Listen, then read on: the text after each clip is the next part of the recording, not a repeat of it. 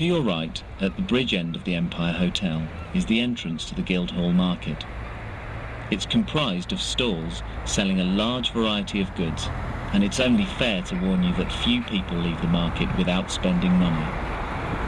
There has been a market here for over 700 years. Pre-Georgian Bath was a walled city of 23 acres.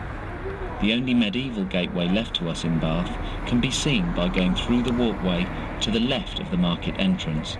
It's now below street level. The old city was very small and almost circular, and you could have walked from one side to the other in about 5 minutes. The wall had a dry ditch around it, and stories are told of the inhabitants throwing their rubbish into the ditch and making the place rather unpleasant to live in because of the smell.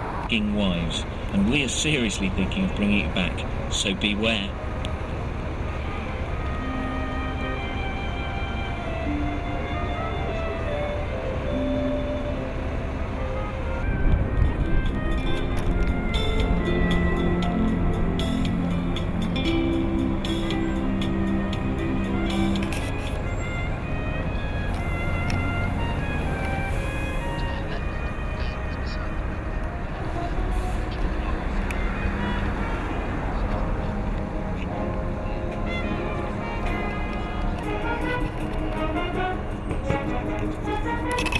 Brioche-type bread she baked on the premises bears her name to this day.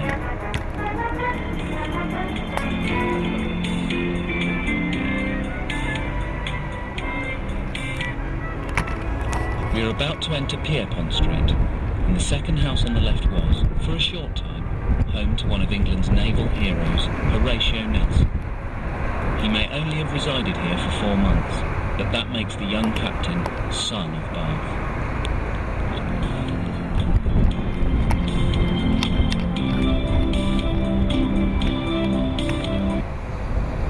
To our left, as we approach the police station, we see St John's Roman Catholic Church, with the tallest spire in Bath.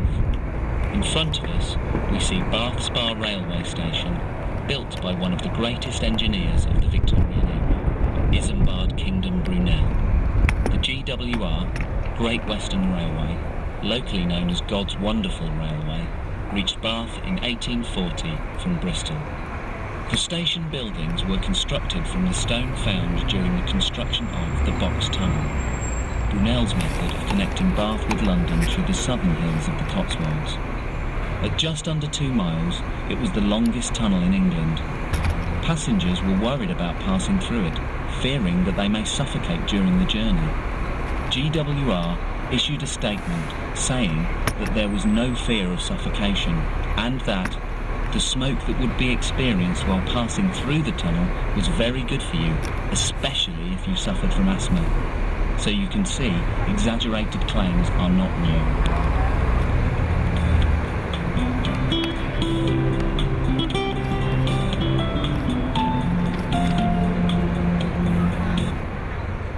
Brunel's line through Bath was originally built as 7-foot broad gauge, but this was changed later in 1892 to 4-foot 8.5 inches standard gauge, which remains today.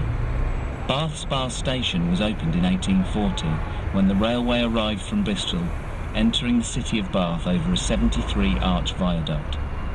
In 1841, with the opening of the tunnel at Box, the railway was connected to London, and with it came the introduction of standard time across the country. As previously, a variation of several minutes applied at stations across the land. After the loss of the Great Western name for half a century, it has recently been revived for mainline trains from London to Bristol and the southwest of England.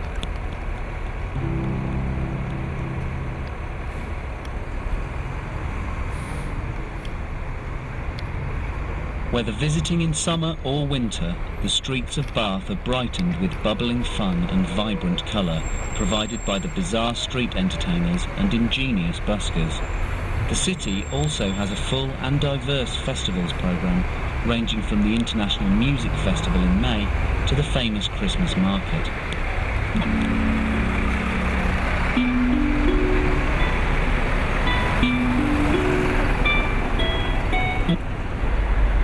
The city of Bath has often been referred to as a shopper's paradise. It's here you will find an intriguing network of intersecting alleyways crammed with little shops, as well as all the essential high street stores. Modern Bath attracts those looking for something a little unusual, and even the occasional celebrity.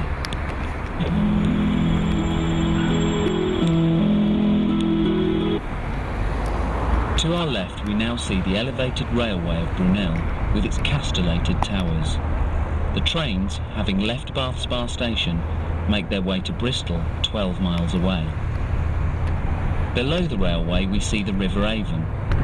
Its source is in the lower Cotswolds and it ends at the confluence of the River Severn and the Bristol Channel. The river is 70 miles long, and on its banks we find the market towns of Chippenham, the ancient and beautiful town of Bradford-on-Avon, Bath and the great seaport of Bristol. There are a number of river avons in England, and it's all due to a mistake made by the Romans during their occupation.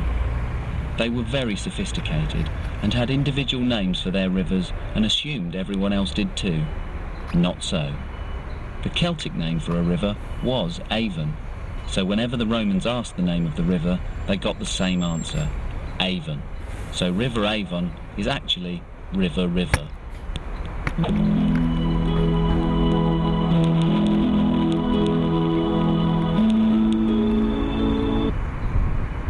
We are now passing through some of the modern building of Bath, and we will use this time to talk of one of the great characters of the city, Beau Nash. He came to Bath in 1705 as a young gambler and made £1,000 a year for 3 years. This was a huge income when you consider that a farm worker in the early years of the 1700s would be earning about £2 a year, so he wasn't doing too badly, was he? At the end of this time, the master of ceremonies was killed in a duel. They came to enjoy themselves, and only the best people came. He achieved this standing for the city by creating a set of rules, which everyone had to obey. We call these rules today English good manners, and he has gone down in history as the father of good manners. These manners allowed all levels of the aristocracy to mix for the first time, and because of this, the fame of Bath was assured.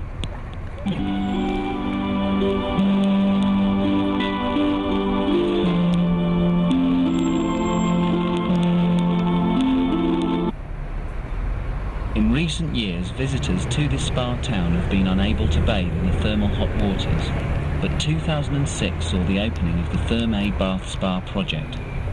Funded by the Millennium Commission and local support, this new complex, as well as being the only place in Britain that you can bathe in the mineral-rich natural spring water, offers traditional and contemporary spa treatments.